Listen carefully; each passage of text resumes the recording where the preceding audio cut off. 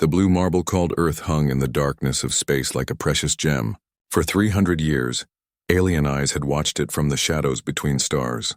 The Watchers belonged to many species, but two stood above all others in power and influence. The Vorthak Empire ruled through fear. Their ships were massive and dark, shaped like the predators they once were on their homeworld. Scales covered their bodies and their yellow eyes missed nothing. They had conquered 40 systems through brutal force and clever politics. The Nexari Collective was different. They looked like living crystals that sang when they spoke. Their technology was beautiful and terrible. Where the Vorthak used hammers, the Nexari used scalpels. They controlled minds instead of bodies, but the result was the same: submission. Together, these two powers had created the Galactic Council. It sounded peaceful and fair, but it was really a tool to control every thinking species they found. The Council had rules for everything. Who could travel between stars? Who could build weapons? Who could live and who must die? The humans did not know about any of this yet. Admiral Kim Tae-ho stood on the bridge of the exploration ship New Horizon. He was 52 years old with gray hair and kind eyes that had seen too many wars on Earth. The ship was sleek and white, built for science and discovery. It had some weapons, but they were small and mostly for dealing with space pirates or dangerous animals. "Admiral, we are approaching the coordinates," said Captain Lee Minwoo. He was young, maybe 30, with quick hands and a sharp mind. The crew respected him because he never gave up when things got hard. Kim Tae-ho nodded. "Dr. Park So-jin, are your teams ready for first contact?" Dr. Park So-jin looked up from her computer screens. She was the best xenobiologist on Earth, which meant she studied alien life. Her black hair was pulled back in a simple ponytail, and her lab coat had coffee stains on it. She had been dreaming of this moment her whole life. "We are as ready as we can be," she said. "The protocols are clear. We observe first, communicate second, and never make assumptions about their culture or intentions." Through the main window they could see it. The alien space station was beautiful and strange. It looked like a flower made of crystal and metal, with petals that slowly turned around a bright center. Lights moved along its surface in patterns that seemed almost like music made visible. "It is definitely artificial," said Commander Yoon Hai-wan from her position at the sensor station. She was the intelligence officer, trained to notice things others might miss. Her job was to keep humanity safe by understanding threats before they became dangerous. "The materials are unknown to us, but the power readings are enormous." The New Horizon moved closer slowly. They had been traveling for 6 months to reach this place at the edge of known space. Earth's telescopes had spotted the station 2 years ago, and now they were finally here to make contact with whatever built it. A sound filled the bridge. It was like wind chimes mixed with computer music, beautiful but alien. The universal translator that Earth scientists had built started working immediately. "Unknown vessel, we greet you with curiosity and peace," came the translated voice. "We are the Nexari Research Collective. We have been expecting your arrival for some time." Kim Tae-ho felt a chill run down his spine. They had been expecting them? How was that possible? "This is Admiral Kim Tae-ho of the United Earth Navy vessel New Horizon," he replied into the communication system. "We come in peace, seeking knowledge and friendship among the stars." "Of course you do," the alien voice replied, and somehow the translator caught a tone that sounded almost amused. "Please dock with our station. We have much to discuss about humanity's place in the galaxy." Dr. Park So-jin was taking readings as fast as she could. "Admiral, their technology is at least 100 years ahead of ours. Maybe more. The energy they are using should be impossible with any known physics." "Any weapons?" Kim Tae-ho asked quietly. Commander Yoon Hai-wan shook her head. "None that I can detect, but with their technology level they might not need traditional weapons." The docking process was smooth. The alien station seemed to adjust itself to fit their ship perfectly, like it had been designed specifically for human vessels. That was another impossible thing to add to the growing list. The first alien they met looked like a person-shaped crystal that changed colors as it moved. When it spoke, its voice was the same wind chime music they had heard before. "I am Research Director Velthari," it said, somehow managing to sound both welcoming and superior at the same time. "Welcome to the galaxy, young species. We have watched your development with great interest." Kim Tae-ho, Dr. Park, Captain Lee, and Commander Yoon had put on their dress uniforms for this historic moment. They felt very small standing in the alien station's receiving bay, surrounded by technology they could barely understand. "You have been watching us?" Dr. Park asked, unable to hide her scientific excitement. "For 300 of your years," Velthari replied casually.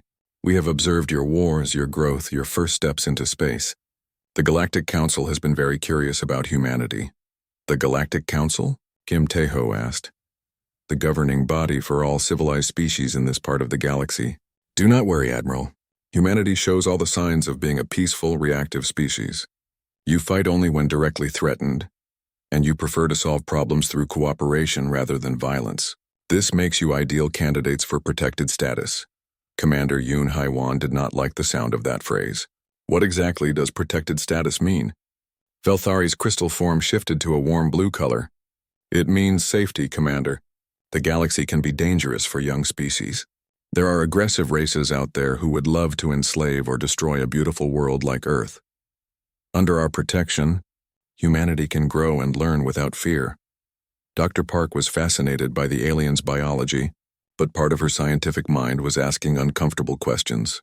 If these aliens were so advanced, why did they need to watch humanity for 300 years? What exactly were they protecting Earth from? "The Council has prepared an offer for your leaders," Velthari continued.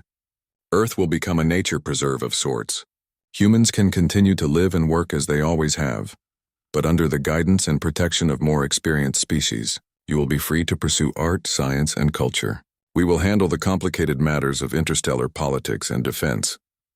Kim Tae-ho kept his expression neutral, but inside he was thinking fast.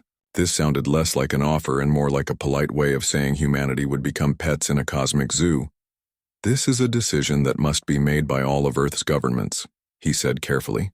"We will need to return home and discuss this with our leaders." "Of course," Velthari agreed. "Take all the time you need. The offer will remain open. After all, where else would humanity go?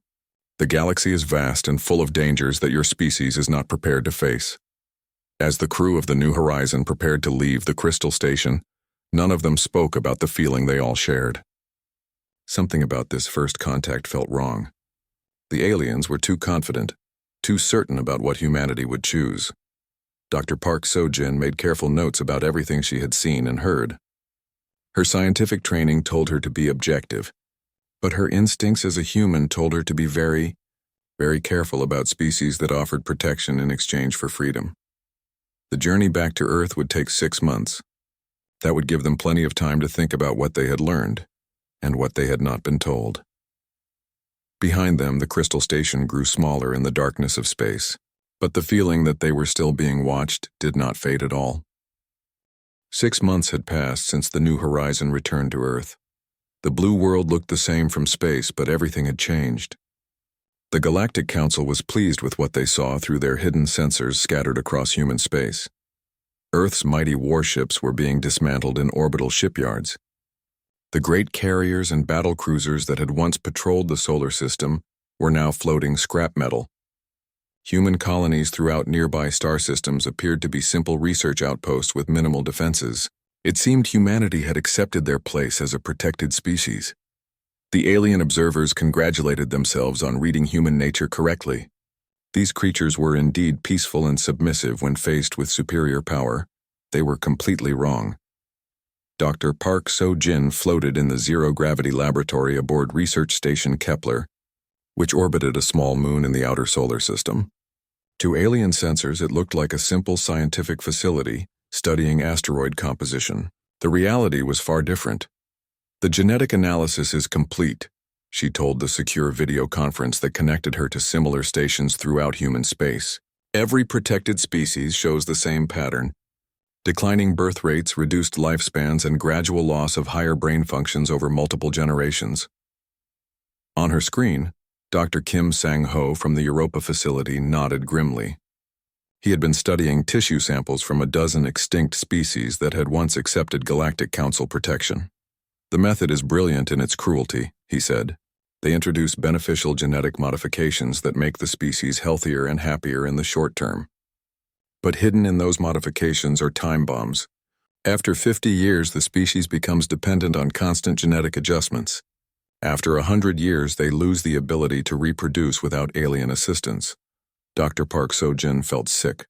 How long before they become completely sterile? Based on these patterns, most protected species go extinct within 300 years. They die happy and grateful to their protectors, never realizing they were being slowly murdered. The video feed switched to show Admiral Kim Tae-ho, who was supposedly overseeing the peaceful dismantling of Earth's fleet. His weathered face was calm, but his eyes burned with controlled fury. "Then we were right to begin Silent Thunder the moment we returned from first contact," he said. "How is the real construction progressing?" The feed changed to show Captain Lee Min-woo, who was floating inside what appeared to be a simple asteroid mining operation.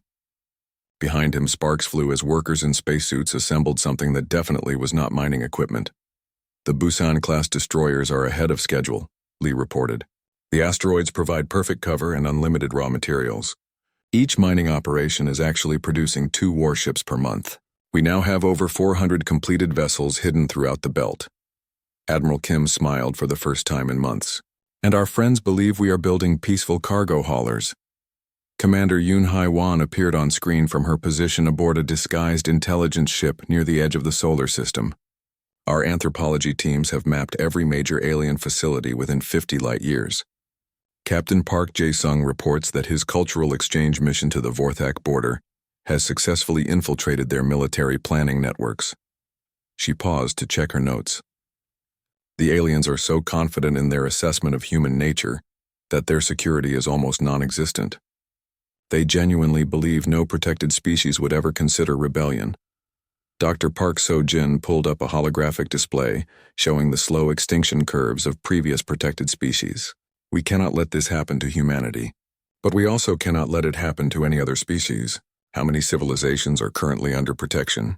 47 that we know of," Commander Yoon replied, "all showing various stages of the same genetic degradation. The youngest protected species, the Karathi, were brought under council protection only 30 years ago. They still have time if we act quickly." Admiral Kim Tae-ho leaned back in his command chair. The bridge around him looked like any other Earth naval vessel, but the displays showed ship positions that would have shocked any alien observer. Hundreds of human vessels were scattered across dozens of star systems, all hiding in plain sight. "What about our colonial defenses?" he asked.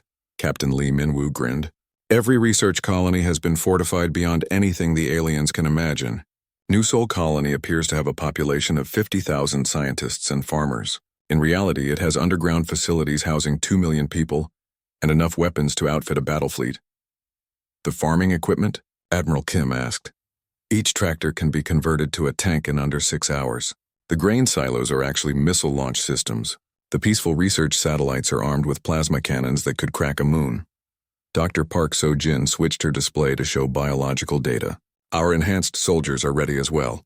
The same genetic techniques the aliens use for control, we have perfected for enhancement. Faster reflexes, improved strength, better radiation resistance. Each colonial farmer is actually a trained warrior." The secure conference continued for another hour, with reports flowing in from across human space. To alien observers, humanity looked weaker every day. Transport ships carried what appeared to be mining equipment and scientific instruments. Colonial shuttles transported what seemed to be researchers and their families. None of the watchers realized that every transport carried weapons components. Every scientist was also a soldier. Every peaceful research facility was actually a fortress designed to withstand orbital bombardment. The deception went beyond just military preparations. Human diplomatic teams had been making contact with other species throughout the galaxy, always appearing as harmless explorers, seeking knowledge and friendship. Ambassador Choi Jin-ae had spent months among the mammalian Karathi, officially studying their fascinating culture. Unofficially, she was documenting the early stages of genetic control and making contact with resistance elements who suspected something was wrong with their protection. Captain Park Jae-sung led a team of anthropologists studying Vorthak military history. His real mission was to map their fleet positions and identify weaknesses in their command structure. The reptilian aliens were so amused by the peaceful humans studying their warrior culture that they gave the research team access to classified military archives. Meanwhile, Dr. Yang Min-ho ran cultural exchange programs with a dozen different species. Each exchange provided intelligence about alien technology, military capabilities, and political structures. The aliens saw harmless academic cooperation. Humanity saw reconnaissance. The most dangerous part of the deception was maintaining it perfectly. Every human in space had to play their role flawlessly. A single mistake could reveal the true scope of human preparations and trigger an immediate alien response. Dr. Park So-Jin often worked 18-hour days maintaining the illusion that her research station was studying harmless space phenomena. Meanwhile, her real work involved developing countermeasures to alien genetic weapons and biological warfare agents. "We are walking on the edge of a knife," she told her assistant, Dr. Lee Hae-jin, as they worked late one night. "One wrong move and 47 species die along with humanity." Dr. Lee nodded as she calibrated another piece of disguised weapons technology. "But if we do nothing, all those species die anyway. At least this way, someone fights back." 3 months into the deception, the first test came. A Nexari inspection team arrived unannounced to examine human colonies and ensure they were developing along proper protected species guidelines. The crystalline aliens spent 2 weeks touring human facilities, completely satisfied with what they saw. Peaceful researchers working on harmless projects. Minimal defenses appropriate for a protected species. No signs of military buildup or aggressive intentions. They never suspected that the friendly human guides were recording every detail of alien technology and tactics. They never realized that their casual conversations were being analyzed for intelligence about Galactic Council plans. They never imagined that the grateful protected species they were inspecting was actually studying them like laboratory specimens. When the inspection team departed, they filed a report praising humanity's peaceful adaptation to protected status. The Galactic Council was so pleased that they began planning to use Earth as a model for integrating future protected species. Admiral Kim Tae-ho read the intercepted alien report with grim satisfaction. The deception was working perfectly. Humanity appeared to be exactly what the aliens expected. A reactive species that only fought when directly threatened, now safely neutralized under alien protection. The aliens had no idea that humanity was not waiting to be threatened. They were preparing to do the threatening. 6 more months of careful preparation remained before Silent Thunder would be complete. 6 more months of appearing weak while growing stronger. 6 more months of letting the galaxy believe that humanity had accepted their cage. When the trap finally sprung, the aliens would learn that their greatest mistake was not conquering humanity quickly. They had given Earth time to prepare for war. High Admiral Jextor of the Vorthak Empire stood on the bridge of his flagship, the Bone Crusher. His yellow eyes gleamed with satisfaction as he watched the massive fleet of 200 warships moving through hyperspace toward the human home system. The reptilian commander believed this would be the easiest conquest of his long career. The fleet was enormous by any standard. Each Vorthak warship was 3 times larger than anything humanity had ever built. Their weapons could crack planets and their shields could stop nuclear explosions. 200 such vessels should be enough to intimidate any species into complete surrender. "High Admiral," reported his tactical officer, "we will arrive at the human system in 6 hours. Our intelligence confirms they have only merchant vessels and research ships in the area." Jextor nodded, his scaled head moving slowly. "The humans have proven even weaker than we expected. 12 months ago, they had a respectable military fleet. Now they have practically nothing. This protection business is easier than taking food from younglings." What Jextor did not know was that every move his fleet made was being tracked by invisible human sensors. Deep in the asteroid belt, Admiral Kim Tae-ho sat in the command center of his true flagship, the Soul's Thunder. Unlike the peaceful exploration vessels the aliens had observed, this ship was a masterpiece of human engineering and alien technology combined. "Admiral, the Vorthak fleet will exit hyperspace in 6 hours and 14 minutes, reported Commander Yoon Hai-wan from her intelligence station. "They are following the exact path our models predicted." Kim Tae-ho studied the tactical display that showed the positions of over 3,000 human warships hidden throughout the solar system. Each vessel was invisible to alien sensors, concealed by technology humanity had developed in secret over the past 18 months. "Dr. Park So-Jin, are our biological weapons ready?" he asked. Dr. Park looked up from her science station, where she had been monitoring the genetic makeup of the approaching Vorthak cruise. "The airborne agents are loaded in all breacher pods. If any aliens survive the initial engagement and try to board our vessels, They will find the atmosphere rather unhealthy for reptilian biology. Captain Lee Minwoo stood at the tactical console, his young face set in grim concentration.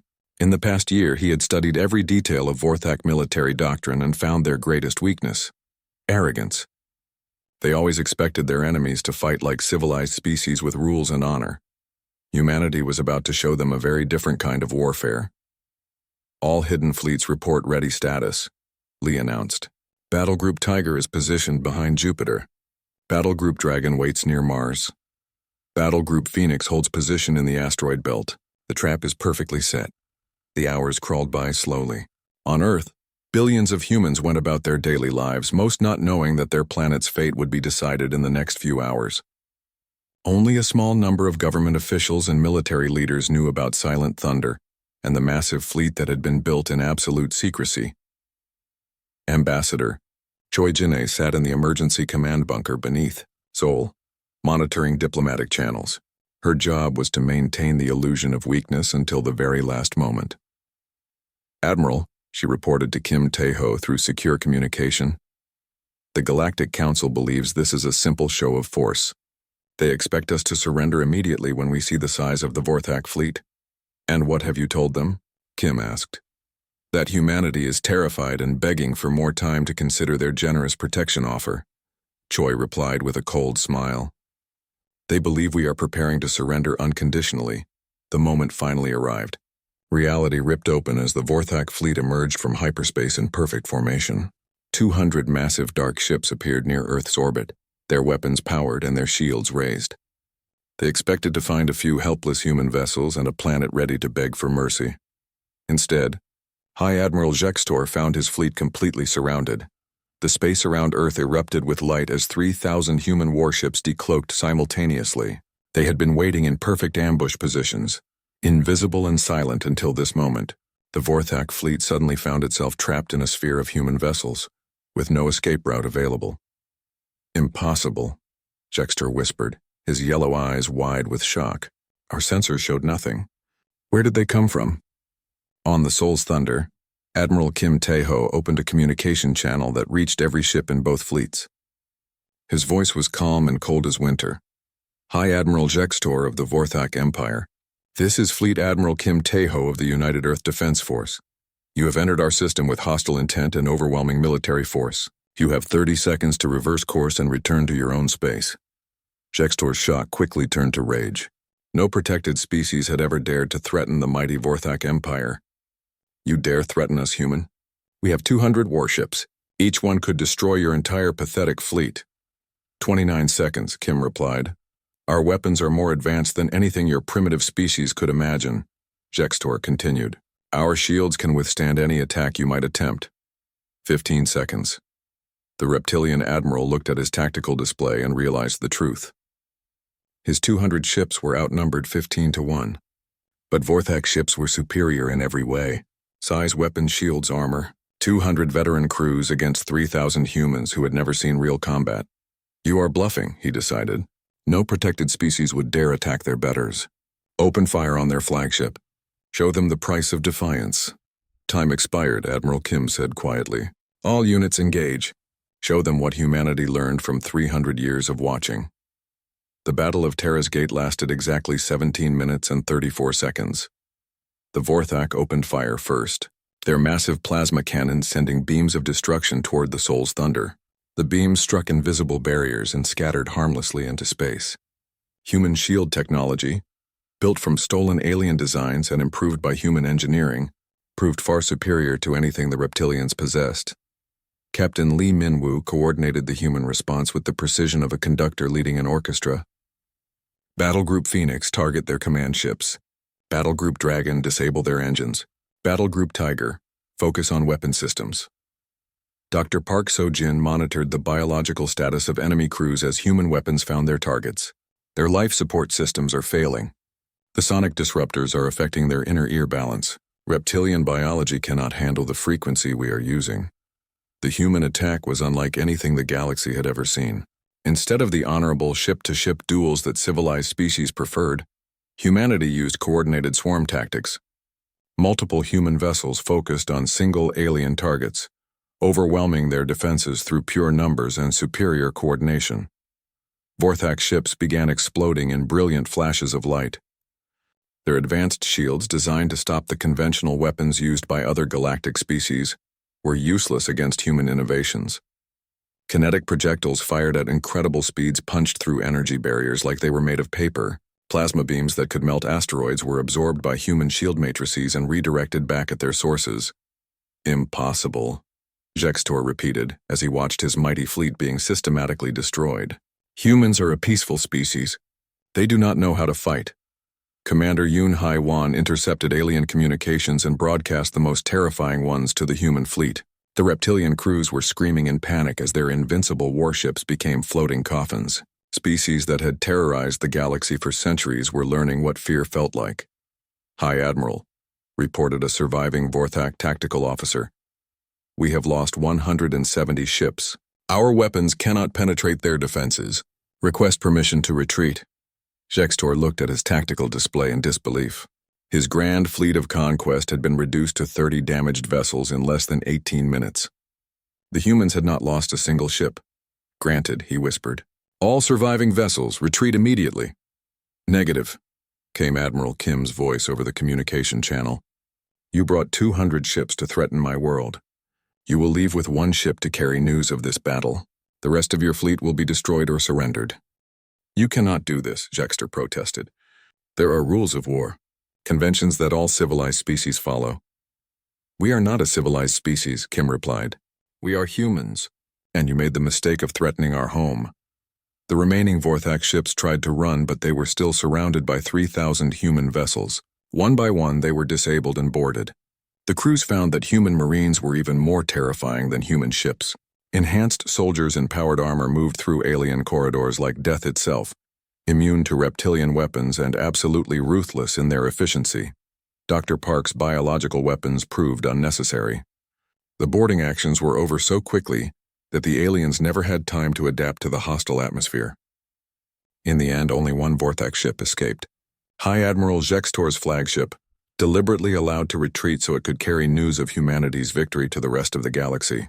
As the Bone Crusher limped away through hyperspace, its reptilian crew traumatized and broken, Admiral Kim Tae-ho stood on his bridge and looked out at the debris field that had once been an invasion fleet. "Commander Yoon," he said quietly, "begin broadcasting our message to every alien listening post in this part of the galaxy." "Yes, sir." "What should the message say?" Kim smiled coldly. "Tell them that humanity is no longer accepting protection. Tell them that any species that threatens Earth or its allies will face the same fate as the Vorthak fleet, and tell them that the galaxy has a new player in the game." The trap had sprung perfectly. The aliens had expected human stillness and submission. Instead, they had found war. The emergency session of the Galactic Council began in chaos. Representatives from hundreds of species filled the great crystalline chamber on the neutral world of Nexus Prime. The air hummed with panicked voices speaking in dozens of languages, but all saying the same thing: humanity had to be stopped. High Admiral Jextor stood at the center of the chamber, his reptilian form smaller and more hunched than before. The proud Vorthak warrior who had led 200 ships against Earth was now a broken creature, his yellow eyes haunted by memories of impossible defeat. "They were waiting for us," he repeated for the 100th time. 3,000 ships appeared from nowhere. Our sensors showed empty space, and then suddenly we were surrounded by the largest fleet in galactic history. Council leader Velthari of the Nixari Collective pulsed angry red colors across her crystal surface. "This is impossible. Our observations of humanity showed a peaceful species with minimal military capability. How could they hide such a massive fleet?" "Because we were not observing humanity," came a new voice from the chamber entrance. "We were observing what humanity wanted us to see." The speaker was Karathi matriarch Shenwei, leader of one of the protected species. Her mammalian features were set in grim understanding as she walked to the center of the chamber. Behind her came representatives from a dozen other protected worlds. "For months, my people have been visited by human researchers," she continued. "They claim to be studying our culture, but they were actually documenting the genetic changes your protection has caused.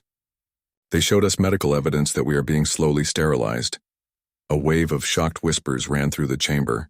Council leader Velthari's crystal form flashed angry colors. The protection protocols are for your own good, matriarch.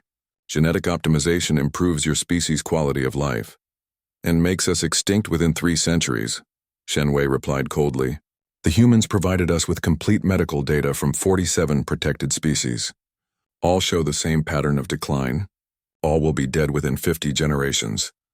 Jextor nodded slowly. The humans knew about the protection protocols. They knew what accepting council oversight would mean for their species. That is why they prepared for war instead of submitting. On the viewing screens around the chamber, reports continued to flow in from across the galaxy. The news of humanity's victory at Terra's Gate had spread like wildfire, carried by hidden human communication networks that the Council was only now discovering existed. Commander Yoon Hai-wan sat in the intelligence center of a cloaked human ship near Nexus Prime, monitoring every word of the Council session. Her team had infiltrated alien communication networks so completely that they knew about Council meetings before many Council members did. Admiral Kim, she reported through quantum communication, the alien leadership is in complete panic. They are finally realizing that humanity has been 3 steps ahead of them since first contact. Admiral Kim Taeho received the report aboard the Soul's Thunder, now openly patrolling Earth's solar system along with hundreds of other human warships. The pretense of weakness was over. Humanity was showing its true strength to the galaxy. What about the smaller species? He asked. The ones we contacted during our intelligence operations? 17 species have already declared independence from Council protection, Yoon replied. The Karathi are leading a coalition of mammalian worlds. The Thren insectoids are considering rebellion. Even some Vorthak colonies are questioning their loyalty to the Empire. Dr. Park Sojin worked frantically in her expanded laboratory aboard Research Station Kepler, which was no longer pretending to be a simple scientific facility. Her team was analyzing genetic samples from dozens of species, working to develop treatments for the slow extinction caused by Council protection. We can reverse most of the damage if we act quickly, she reported to the human leadership. The younger protected species like the Karathi can be completely cured. Older protected species will need more intensive treatment, but even they can be saved. Captain Lee Minwoo commanded a task force of human ships that had begun appearing throughout the galaxy, no longer hiding their true nature. Each ship carried medical teams, genetic specialists, and enough military force to protect any species that chose to reject Council protection. The Karathi have requested immediate assistance, he reported from his flagship near their homeworld. Vorthak forces are moving to reassert control over their system. Denied, came Admiral Kim's response. Any Vorthak ships that enter Karathi space will be destroyed. Humanity does not abandon its allies. Back in the Council chamber on Nexus Prime, the debate had turned ugly. Species that had cooperated for centuries were now pointing weapons at each other as old grievances surfaced. The humans have poisoned the galaxy against us, declared Vorthak War Chief Krethor, Zextor's replacement. They spread lies and propaganda to turn our protected species against their rightful guardians. The only lies were the ones you told about protection, Matriarch Shenwei shot back. Humanity showed us the truth. They gave us hope. Council leader Velthari tried to restore order, but her authority was crumbling. We must unite against this human threat. They have proven themselves to be a dangerous and aggressive species that threatens galactic stability. They have proven themselves to be the first species brave enough to say no to your tyranny, replied Thren Hive Queen Zixara, her insectoid form clicking with agitation. For centuries we have watched species disappear under your protection. The humans are the first to offer an alternative. The session dissolved into chaos as representatives began choosing sides. The old alliances that had held the galaxy together for millennia were breaking apart under the pressure of human revelation. Meanwhile, human intelligence operations continued across the galaxy. Ambassador Choi Jin-ae had established secret diplomatic missions on dozens of worlds, offering alliance and protection to any species that rejected Council authority. The response has been overwhelming, she reported from her hidden base on a neutral trading world. 43 species have made formal contact. They are all asking the same question: can humanity really protect them from Council retaliation? Tell them yes, Admiral Kim replied without hesitation. Any species that chooses freedom will have the full protection of the United Earth Defense Force. The promise was not empty. Human fleets were already moving to establish defensive positions around rebel worlds. The ships that had been hidden for 18 months were now openly patrolling space lanes and establishing forward bases. Dr. Yang Min-ho led teams of human specialists to worlds throughout the galaxy, offering medical treatment for genetic damage and technological assistance for species ready to stand on their own. His cultural exchange programs had become liberation missions. The Karathi are responding well to treatment, he reported from their homeworld. Birth rates are already improving, and cognitive function tests show significant gains. We can undo centuries of genetic manipulation in less than 5 years. The transformation was happening faster than anyone had expected. Species that had been submissive for generations were rediscovering their independence. Worlds that had accepted protection were building their own defenses. The rigid order of the Galactic Council was crumbling, but the Council was not going to surrender without a fight. Emergency military orders went out from Nexus Prime to every loyal world. The Vorthak Empire began mobilizing its full military might. The Nexari Collective activated sleeper agents embedded throughout the galaxy. Dozens of smaller species were commanded to contribute ships and soldiers to the effort. They are calling it the Second Galactic War. Commander Yoon reported as her intelligence networks tracked massive alien military movements. Every Council loyalist is being ordered to participate in the final solution to the human problem. Admiral Kim studied the tactical displays showing alien fleet movements across dozens of star systems. The enemy was mobilizing forces beyond anything the galaxy had ever seen. Thousands of ships, millions of soldiers, weapons that could crack planets. How many ships are they gathering? He asked. Current estimates suggest 8,000 warships from 12 major species, Yoon replied, plus support fleets, logistics vessels, and planetary assault forces. The largest military operation in galactic history. Kim nodded slowly. The aliens were finally taking humanity seriously as a threat. They were bringing everything they had to destroy Earth and its allies before the rebellion could spread further. And our forces? Captain Lee Min-woo answered from his position at the tactical console. 4,000 human warships are ready for combat. Another 6,000 are under construction and will be completed within 3 months. Our allied species can contribute approximately 1,000 ships of various capabilities. The numbers were close, but numbers alone would not determine the outcome. The aliens had experience, established supply lines, and the advantage of holding most of the galaxy's industrial worlds. Humanity had something else. They had the determination of a species fighting for survival and the hope of dozens of species fighting for freedom. Dr. Park So-jin looked up from her genetic research and spoke quietly. The Second Galactic War began not with a single battle, but with 1,000 simultaneous strikes across the galaxy. Admiral Kim Tae-ho had learned from humanity's long history of warfare that the enemy's greatest weakness was their assumption that civilized species fought with honor and limited objectives. Humanity was about to show them total war. Captain Lee Min-woo commanded the assault on the Nexari research facility at Helix Station, where the crystalline aliens conducted their genetic manipulation experiments. His task force of 200 human ships dropped out of hyperspace in perfect formation, surrounding the massive crystal structure that had been torturing species for centuries. All civilian personnel have 60 seconds to evacuate, Lee announced over all communication frequencies. This facility will be destroyed regardless of who remains inside. The Nexari defenders expected a prolonged siege. Instead, Lee's ships unleashed concentrated plasma bombardment that shattered the station's crystal matrix in less than 10 minutes.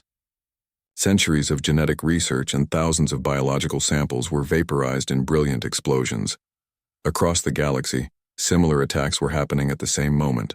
Human forces struck at genetic laboratories, military command centers, slave processing facilities, and industrial complexes.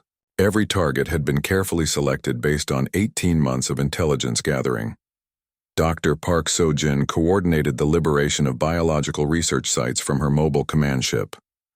Her teams were equipped with both weapons and medical supplies, ready to fight battles and treat victims in the same operation. Karathi Freedom Station is secure, she reported as her medical teams began treating rescued prisoners. We found over 3,000 beings from 17 species being used for genetic experiments. Some have been here for decades. The rescued prisoners confirmed humanity's worst suspicions about Council protection. Species were not just being slowly sterilized. The healthiest individuals were being taken for direct experimentation. their genetic material used to develop new forms of control. How many facilities like this exist? Admiral Kim asked from his flagship. Our intelligence suggests at least 200 major sites. Commander Yoon Haiwan replied from her position aboard a cloaked surveillance vessel, deep in enemy territory. The entire Council economy is based on biological slavery and genetic harvesting. The alien response was swift and brutal. War Chief Krathor of the Vorthak Empire led a massive fleet toward the human colony of New Sol, intending to show the galaxy what happened to species that dared challenge Council authority. His fleet of 800 ships was the largest single military force the Vorthak had ever assembled. Each vessel carried enough firepower to glass a planet, and Krathor intended to make New Sol an example that would terrify any other potential rebels. What he found instead was the most heavily defended world in human space. Captain Park. Jae-sung commanded the New Sol defense fleet from orbit around the seemingly peaceful colony world. To alien sensors, the planet appeared to have minimal defenses and a population of simple farmers and researchers. Vorthak fleet detected at the edge of the system, his tactical officer reported. 800 ships in standard attack formation. Park smiled grimly. Activate all hidden defenses. Show them what human farmers really look like. The planet's surface erupted with weapon emplacements that had been disguised as agricultural equipment. Missile silos hidden beneath grain fields opened their doors. The peaceful research satellites revealed themselves as heavily armed battle stations. The orbital farms transformed into fortress platforms bristling with plasma cannons. Most shocking of all, the farmers themselves emerged from underground bunkers wearing powered combat armor and carrying weapons that could destroy starships. Every civilian colonist was actually a trained soldier, and every piece of farming equipment was a disguised war machine. Impossible. War Chief Krathor muttered as his sensors registered thousands of weapon signatures where intelligence had shown only peaceful agriculture.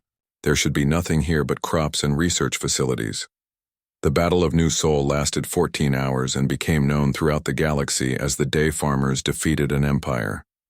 The Vorthak fleet was not just beaten, it was completely annihilated by opponents they had dismissed as harmless civilians. Captain Park's tactical innovation became the model for human defensive strategy throughout the war. Every colony world was revealed to be a fortress. Every research station was actually a military base. Every transport ship was armed for combat. The aliens had spent so long observing fake human weakness that they had no idea of humanity's true military capabilities. Dr. Yang Min-ho led the liberation of the Thren homeworld, where the insectoid species had been enslaved for over 2 centuries. The rescue operation required both military precision and delicate diplomacy, as the Thren had been conditioned to fear any species that offered them freedom. Hive Queen Zixara, this is Dr. Yang of the Human Liberation Force. He broadcast from his medical ship as human marines secured the planetary control centers. We are here to remove the genetic control implants and restore your species' independence. The response came slowly, filtered through layers of fear and programming. Humans are dangerous. Council protects Thren. Liberation is forbidden concept. The Council has been lying to you. Yang replied gently. We have proof that they have been sterilizing your species and harvesting your young for genetic experiments. We can show you the truth. It took hours of patient work, but eventually the Thren began to understand. The genetic implants that controlled their thoughts were removed by human medical teams. The biological conditioning that made them submissive was reversed through careful treatment. When Hive Queen Zixara finally spoke with her own free will, her words echoed across the galaxy. The humans speak truth. The Council speaks death. Thren choose freedom. The defection of the Thren hives was the turning point of the war. Billions of insectoid warriors switched sides overnight, bringing with them detailed knowledge of Council military operations and the locations of hidden slave facilities throughout the galaxy. Ambassador Choi Jin-ai worked frantically to coordinate the diplomatic aspects of the expanding rebellion. Species that had never spoken to each other were now united in their hatred of Council oppression. 49 species have joined the Liberation Alliance, she reported, from the hidden diplomatic center on Kepler Station. The mammalian worlds are fully committed. The insectoid systems are mobilizing their entire populations. Even some reptilian colonies are considering defection from the Vorthak Empire. The war was not just being fought with weapons. Human teams were working across the galaxy to undo centuries of genetic damage, restore species independence, and provide the technology needed for worlds to defend themselves. But the Council was not finished. Their most devastating weapon was not ships or soldiers, but fear. Council leader Velthari activated the Nexari Final Protocol, a weapon system that had been hidden throughout the galaxy for centuries. Crystalline resonance devices buried on protected worlds began broadcasting frequencies designed to cause madness and death in any species that rejected Council authority. Dr. Park Sojin was among the first to recognize the biological attack. They are using sonic weapons to trigger genetic kill switches in rebellious species, she reported urgently from her research ship. Every protected species has been modified to be vulnerable to specific frequencies. The effect was immediate and terrifying. Karathi civilians began collapsing with seizures. Thren warriors fell into catatonic states. Dozens of other species experienced mass casualties as their own biology turned against them. Can we stop it? Admiral Kim demanded. Not with medicine alone, Park replied. We need to destroy the resonance devices on every affected world simultaneously. If even one remains active, the frequency will continue to spread. Captain Lee Min-woo coordinated the most complex military operation in human history. Strike teams had to hit resonance devices on over 300 worlds at exactly the same moment, or the sonic weapon would continue to function. All teams report ready, he announced from his command ship. Synchronized strike in 10 seconds. Across the galaxy, human forces moved with perfect precision. Commandos emerged from hiding places they had maintained for months. Cloaked ships decloaked above target worlds. Special forces teams activated equipment they had secretly positioned years earlier. Execute, Lee commanded. 300 worlds experienced simultaneous explosions as the crystalline resonance devices were destroyed. The sonic weapon fell silent and the dying stopped. The successful counterattack broke the back of Council resistance. Species that had been wavering now saw that humanity could protect them even from the Council's most terrible weapons. War Chief Krathor made one final desperate attempt to break human resolve. He led the largest alien fleet ever assembled in a direct assault on Earth itself, gambling everything on destroying humanity's homeworld. 2,000 alien warships from 8 different species dropped out of hyperspace at the edge of the solar system, expecting to find Earth defended by the same 3,000 human ships that had defeated the first Vorthak fleet. 5 years after the end of the Second Galactic War, Fleet Admiral Kim Tae-ho stood in the observation deck of Unity Station, watching ships from 47 different species dock at the massive space station that had become the center of galactic government. Where once there had been the rigid hierarchy of the Galactic Council, now there was the free association of the Galactic Federation. The transformation had not been easy or quick.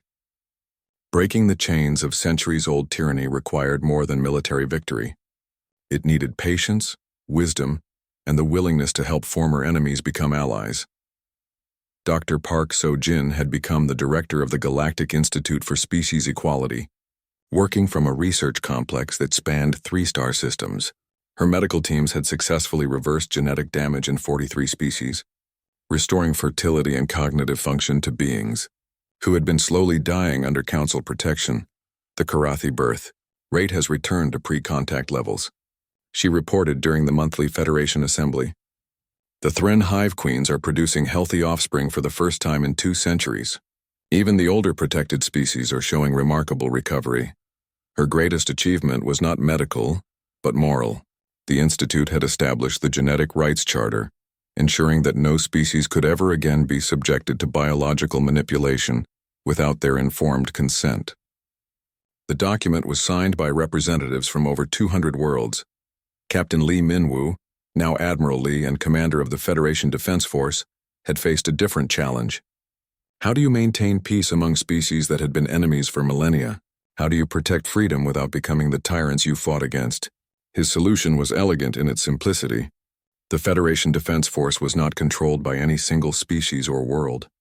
Every member species contributed ships and personnel, and command positions rotated among qualified officers regardless of their planet of origin. Thren Admiral Zixcora will command the Outer Rim Patrol next year, he announced during a strategy meeting. Karathi Captain Shenjak has been promoted to lead the anti-piracy operations in the trade corridor. Former enemies worked side by side aboard Federation ships. Vorthak engineers served under Nixari commanders. Human medical officers treated patients from species that had tried to extinct their homeworld. The fleet had become a symbol of what the galaxy could achieve when cooperation replaced. Conquest Commander Yoon Hae-won had transformed her intelligence networks into something unprecedented in galactic history. A transparent information service that worked for all species equally. The Federation Intelligence Service was forbidden from keeping secrets from member worlds and operated under constant oversight by representatives from every allied species. Early warning systems are in place throughout Federation space, she reported. Any attempt to rebuild Council-style tyranny will be detected and stopped before it can spread. We have learned from history and will not repeat its mistakes. Her greatest innovation was the Truth Archive, a massive database that documented the crimes of the old Galactic Council in meticulous detail. Every species could access records of what had been done to them and their neighbors, ensuring that the lessons of the war would never be forgotten. Ambassador Choi Jin-ae had perhaps the most difficult job of all. As the first Federation Chancellor, she had to balance the needs and interests of dozens of species while maintaining the principles that had made liberation possible. The Vorthak Remnant. States have requested membership in the Federation, she announced. During one particularly tense assembly session, they claimed to have abandoned their imperial ambitions and embraced democratic governance. The reaction from the assembly was immediate and heated. Species that had suffered under Vorthak rule demanded justice. Others argued for forgiveness and the chance for redemption. The Federation was founded on the principle that all species deserve freedom, Choi continued calmly. That includes the freedom to change, to grow, and to choose a better path. If the Vorthak worlds have truly embraced democracy, then we must give them the opportunity to prove it. The debate lasted for weeks, but in the end, the Federation voted to accept the reformed Vorthak states as provisional members. It was a decision that showed the galaxy had learned to choose hope over revenge. Dr. Yang Min-ho established the Cultural Recovery Project, working to help species rediscover their own histories and traditions after centuries of suppression under Council rule. Many protected species had forgotten their own languages, arts, and customs, having been forced to adopt standardized Council culture. Each species has unique gifts to offer the galaxy, he explained to a gathering of cultural specialists from 30 worlds. The Thren mathematical concepts, Karathi musical harmonies, even traditional Vorthak architectural techniques. We were all made poorer when the Council tried to create conformity. His teams worked across the galaxy, helping species rebuild their cultural identity while learning to appreciate the diversity of their neighbors. Art galleries on Federation worlds displayed works from hundreds of different traditions. Universities taught courses in alien philosophy and literature. The most visible symbol of the new galaxy was New Geneva Station, built in the neutral space between 3 star systems and designed by architects from 7 different species. Children from dozens of worlds played together in its parks while their parents worked side by side in its laboratories and offices. Fleet Admiral Kim often walked through the station's corridors, watching the casual interactions between species that had been mortal enemies just years before. A young Thren engineer might be explaining quantum mechanics to a Karathi student while a reformed Vorthak security officer ensured their safety. "Admiral," came a voice behind him. He turned to see Dr. Park approaching with a data pad in her hands and a smile on her face. "The final medical reports are complete," she said. "The last of the genetic damage has been repaired. Every species in the Federation now has full biological independence and the ability to thrive without external intervention." Kim nodded slowly. It had been humanity's greatest victory, but also their greatest responsibility. "And the new species we have encountered since the liberation. 3 civilizations have made contact in the past year," Park replied. "All have been offered the choice of independence or Federation membership. None have been forced to accept protection they do not want. That was the new rule that governed first contact. Species were given complete information about their options and the freedom to choose their own path. Some joined the Federation immediately. Others preferred to develop on their own with minimal contact. A few chose isolation, which was respected absolutely. Captain Park Jae-sung, who had defended New Seoul during the war, now commanded the Federation's first contact protocols. His ships carried diplomats, scientists, and medical personnel, but their weapons were kept powered down, and their intentions made clear from the first moment of contact. "We are explorers and friends," was the standard Federation greeting. "We offer knowledge, assistance, and friendship, but demand nothing in return. Your species' future belongs to you alone." The approach was so radically different from Council methods that some species initially refused to believe it was genuine. They waited for the trap, the hidden cost, the eventual demand for submission. When none came, they began to understand that something fundamental had changed in the galaxy. Not every challenge had been overcome. The Nexari collective had splintered into dozens of small crystal communes, some of which still believed in their species' right to rule over others. Rogue Vorthak warlords continued to raid independent worlds. New threats emerged as species tested the boundaries of Federation patience, but each challenge was met with the same principles that had won the war. Cooperation instead of domination, protection without control, justice tempered with mercy. Admiral Lee's defense force had evolved into something unique in galactic history, a military organization dedicated to preventing war rather than winning it. Their primary mission was peacekeeping, disaster relief, and protecting species too small to defend themselves. "We are strong so that others do not need to be," was the motto inscribed on every Federation warship. "We fight so that others can live in peace." The galaxy had not become perfect. Species still disagreed, conflicts still arose, and individuals still chose evil over good. But the systematic oppression that had characterized the old order was gone forever. Children born after the liberation grew up in a universe where their future was limited only by their imagination and effort. They learned the languages of other species as easily as their own. They played games that combined the rules of a dozen different cultures. They dreamed of exploring stars that their parents had never been allowed to visit. Fleet Admiral Kim Tae-ho was 73 years old now, his hair completely gray and his face lined with the years of responsibility for galactic peace. He had been offered retirement dozens of times, but always declined. There was still work to be done. "Admiral," came Commander Yoon's voice over the communication system. "Long-range sensors have detected a new civilization at the edge of our exploration zone. They appear to have achieved faster-than-light travel within the last decade." Kim smiled. Another species taking their first steps into the larger universe. Another opportunity to offer friendship instead of domination. "Prepare a first contact mission," he ordered. "Full diplomatic protocols. Make sure they understand that they have choices." He walked back to the observation deck and looked out at the stars that no longer seemed cold and distant. Somewhere out there was a species about to discover that they were not alone in the universe. They would be afraid, uncertain, wondering what the galaxy might demand of them. They would learn instead that the galaxy was ready to welcome them as equals. Dr. Park So-jin joined him at the observation window, carrying the latest reports from the Institute. "The new species shows no signs of genetic manipulation or outside interference," she said. "They developed naturally and appear to have achieved spaceflight through their own efforts." "Good," Kim replied. "They deserve the chance to make their own choices about their future."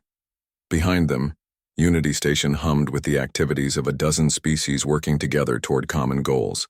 Federation ships departed for missions of exploration and assistance. Scientists shared research that benefited all species equally. Children played games that would have been impossible under the old regime. The galaxy had expected human stillness when faced with superior force. It had expected submission, acceptance of the natural order where the strong ruled the weak. Instead, it had heard the clash of warships and the sound of chains breaking. It had learned that some species would rather die than accept slavery, and would rather fight than abandon hope. Most importantly, it had discovered that freedom was contagious. Once one species refused to accept tyranny, others found the courage to stand up as well. Once the lie of natural hierarchy was exposed, no amount of force could make thinking beings believe it again. The galaxy had become a place where any species could reach for the stars, knowing that if they extended their hand in friendship, they would find others reaching back. That was humanity's greatest victory. Not the destruction of their enemies, but the creation of a universe where those enemies could become friends. The war was over. The peace had begun. And among the stars, children of 100 worlds were learning that the future belonged to all of them equally.